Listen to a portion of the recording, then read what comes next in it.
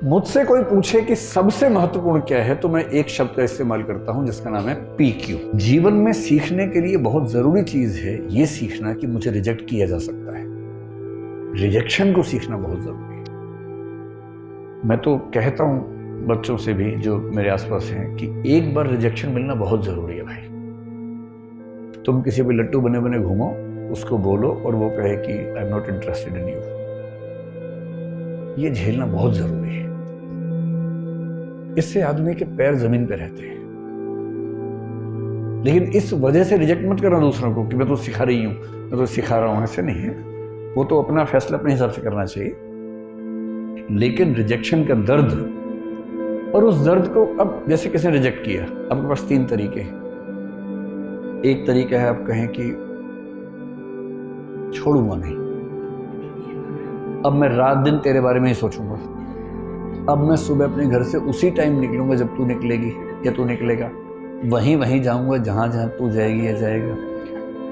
मैं तेरा बॉडीगार्ड हूं अब से, सुबह तेरे पीछे पीछे आऊंगा, शाम तक पीछे पीछे घूमूंगा, क्योंकि मैं बेरोजगार हूं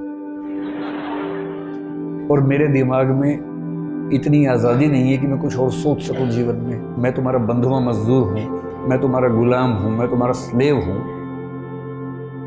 और ऐसे ही मूर्खों ने ऐसे गीत लिखे, जो तुमको हो पसंद वही बात कहेंगे, तुम दिन को अगर रात कहो रात कहेंगे। अजीब बात है भाई, तुम दिन को रात कहो मैं भी रात, मैं गधा हूं कि मैं रात कहूंगा दिन को यार। वही साहिर वाली बात, ले दे के अपने पास एक नजर ही तो है, क्यों देखे जिंदगी को किसी की नजर से, हम अपनी नजर से देखेंगे, क्यों किसी के पीछे पागल होंगे। भाई आपको कोई अच्छा लगा, आपने कहा, उसने मना कर दिया, बात खत्म हो गई। पूरी ग्रेशियसनेस के साथ, पूरी डिग्निटी के साथ रिजेक्शन को एक्सेप्ट कीजिए कि चलिए ठीक है, आपने मुझे मना कर दिया, आई एम सॉरी, आज के बाद मैं कभी आपको परेशान नहीं करूंगा। हाँ, याद रहेगा और जीवन में कभी मिलेंगे तो मित्र की तरह मिलेंगे, दोस्त की तरह मिलेंगे। ये कह के ईमानदारी से हट जाइए, इसमें क्या दिक्कत है।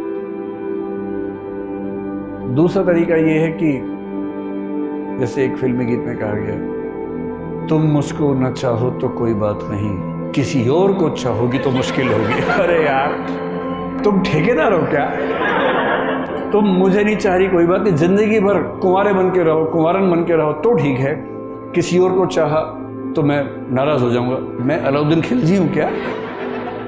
अजीब हाल है भाई, काहे खिलजी बन के घूम रहे हो? इससे अच्छा क्या है, चलिए कभी आप किसी और के साथ होंगे तो मैं बधाई देने के लिए आऊंगा।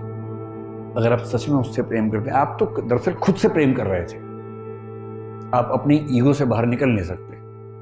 आप कह रहे हैं कि मुझसे प्रेम नहीं करती, कोई बात नहीं, इतनी आज़ादी दे रहा हूं, किसी और से किया तो 8 निकाल दूंगा। ये आप इससे प्रेम कर रहे हैं, ये इसको वस्तु समझ के कब्जा करना चाह रहे हैं इसके ऊपर, आप ठेकेदार हैं इसके। ये ठेकेदारी अगर मन में आती हो, उसको मन से निकाल दीजिए, एक कायदे का इंसान बनिए। और सबसे अच्छा रास्ता है इग्नोर। इसने कहा कि मैं आपको पसंद नहीं करती हूं या नहीं करता हूं, आपने कहा ओके थैंक यू। उससे कहा थैंक यू क्यों? आपने कहा 4 रास्ते और खुल गए। अरे क्या हो गया इसमें क्या?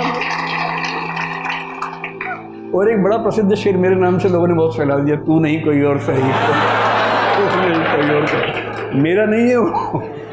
मैं तो यहां से सुनता हूं वहां बोल देता हूं, मैं तो इतना ही करता हूं। इसका इस शेर के 2 फॉर्म्स हैं, एक फॉर्म दूसरा भी है। अगर तू है हर जाई तो अपना भी ये तौर सही, तू नहीं कोई और सही, कोई और नहीं कोई और। एक तो ये है, ये तो उनके लिए जब कोई हरजाई हो जाए, हरजाई का मतलब बेवफा हो जाए, है ना, ये तो उनके लिए है। अगर वो वाला मामला नहीं है, आपने गुलाब का फूल भेजा और वहां से गोभी का फूल आ गया वापस, इसका मतलब तो मुंह गोभी जैसा करने की जरूरत नहीं है, वहां उस अदा से बोलना, तू नहीं कोई और सही, कोई और नहीं कोई और सही, बहुत लंबी है ज़मीं, मिलेंगे लाख हंसी, इस जमाने में सनम तू अकेली तो या फिर तू अकेला तो नहीं। ऐसा थोड़ा ना कि केवल किसी पे होगा, किसी पे भी हो सकता है, दोनों पक्षों पे हो सकता है। इग्नोर करना सीखना है, कोई बात नहीं। और 2 दिन बाद कोई आपसे पूछे, यार तूने काट दिया था, उसने तुझे रिजेक्ट कर दिया, कैसा लगता है? और आप कहें कौन? आपने कहा परसों उसने रिजेक्ट किया। किसने? उसे नाम बताया। बोले हाँ ऐसा कुछ हुआ तो था शायद। यार डिस्टर्ब मत करो, I am in relationship with someone else. क्या टेंशन लेनी है? वही व्यक्ति सामने से आ गया, उसने कहा अब आप कैसे हैं? आपने मैं तो ठीक ही रहता हूँ। अब क्या होता है? अब और तब क्या होता है? नहीं मैंने 2 दिन पहले आपको मना किया था। आप हैं कौन? अच्छा हाँ चेहरा देखा वो लग रहा है। लोड नहीं लेना है एकदम जिंदगी में, इग्नोर करना है। और दूसरे लोग आपके बारे में 4 बुरी बातें बोले, टेंशन मत लो।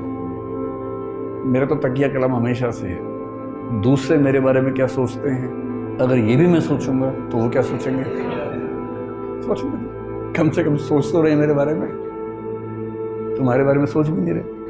अगर कोई बोले ना कि तेरे बारे में ऐसे बात चल रही थी, अरे बात तो चल रही थी, तेरे बारे में तो बात भी नहीं चलती भाई। मेरे बारे में बात चलती है। आप मुझे प्यार करो नफरत करो, इग्नोर नहीं कर सकते, ये क्या छोटी बात है? मतलब खुश रहने की वजहें ढूंढनी पड़ेंगी जिंदगी में, वो कोई आपको देगा नहीं।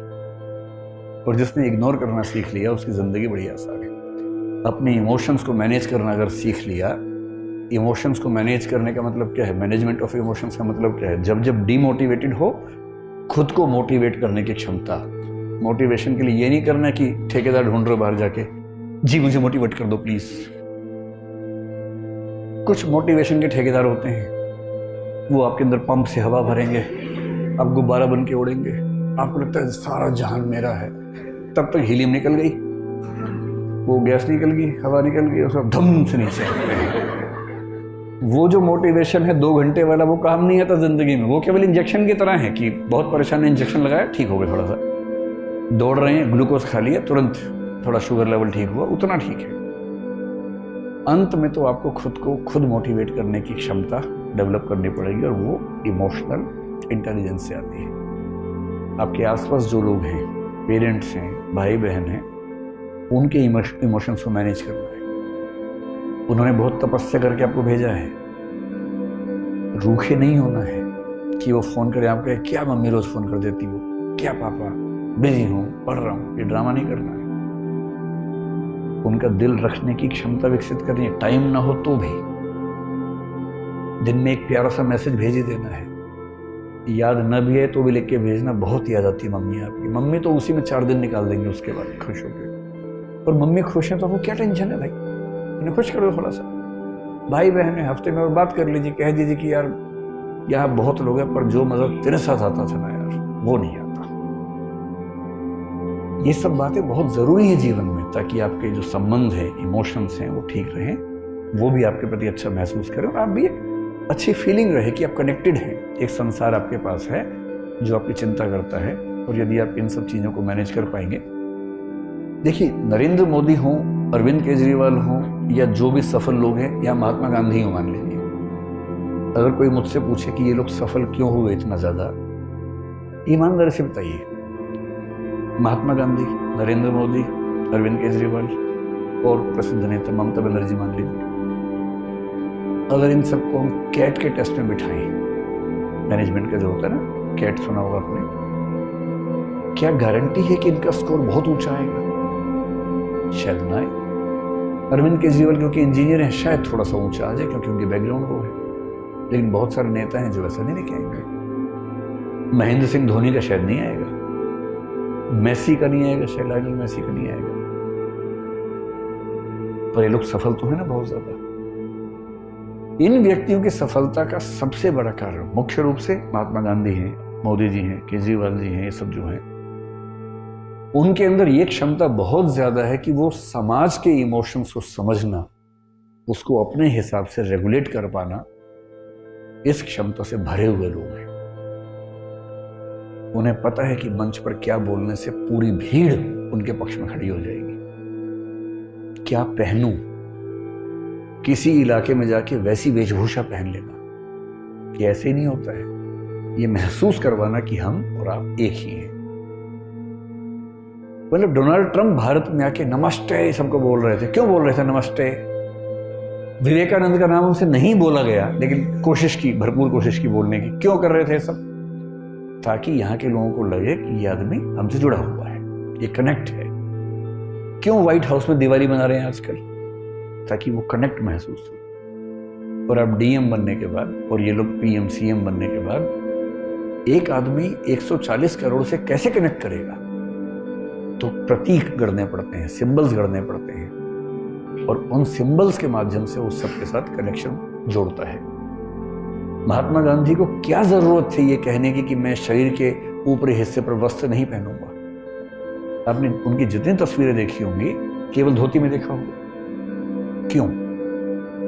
क्योंकि जिस देश में लगभग सब लोग गरीब हों, उस देश की जनता को ये कैसे समझाए एक ऐसा लड़का जो इंग्लैंड से वकालत पढ़ के आया हो, वो कैसे समझाए कि मैं अपने से एक हूं? और उसने कहा कि मैं कपड़े उतने ही पहनूंगा जितने इस देश का आम आदमी पहन सकता है। ये इमोशनल इंटेलिजेंस का चरम उदाहरण है। नमक का सत्याग्रह क्यों किया? मिर्च का क्यों नहीं किया? खरबूजे का क्यों नहीं किया? या केसर का क्यों नहीं किया? क्योंकि नमक वो चीज है जो हर इंसान को चाहिए, सबसे बेसिक नीड है, और जो नमक पे बात कर सकता है उससे हर व्यक्ति कनेक्ट करेगा। और जो कहे कि मैं ब्रोकली आंदोलन करूंगा, ब्रोकली मूवमेंट करूंगा, उससे कुछ अमीर रईस लोग, सुपर मध्य वर्ग के लोग शायद कनेक्ट कर पाए। बाकी सोचेंगे ये होता क्या है भाई? मैलांचल उपन्यास में जब स्वाधीनता आंदोलन पढ़ते हैं बहुत मजेदार सीन चलता है। तो वहां चल रहा है गांधी जी जिंदाबाद, और गांव के लोग समझ नहीं पा रहे जिंदाबाद क्या होता है। एक बोल रहे जिंदा बाघ है, बाघ, जिंदा बाघ, नेहरू जी जिंदा बाघ है, गांधी जी जिंदा बाघ है, जिंदा बाघ है। अब आपके मुहावरे गांव में कैसे पहुंच रहे हैं? आप जिंदाबाद कर रहे हैं, वहां जिंदा बाघ समझ रहे हैं। आजादी मिल गई, लोग कह रहे हैं स्वराज मिल गया, स्वराज का फल मिल गया, आजादी का फल मिल गया। अब गांव के लोग क्या बोल रहे हैं? ये कब काटेंगे फल? मीठा होता है। तो एक महान नेता वो है जो उस भाषा में बात कर सके जो एकदम आम आदमी समझता हो, उसके मुद्दे समझता हो। और आप जब डीएम बनेंगे, अगर चाहते हैं कि डीएम के तौर पे लोग आपको याद रखें, 100 साल बाद भी कहानियां चलें कि बेटा आज से 100 साल पहले एक डीएम साहिब आई थी, यहाँ डीएम साहब आए थे, ये नाम था उनका।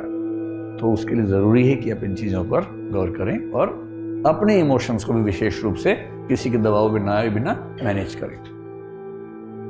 मुझसे कोई पूछे कि सबसे महत्वपूर्ण क्या है, तो मैं एक शब्द का इस्तेमाल करता हूं जिसका नाम है PQ।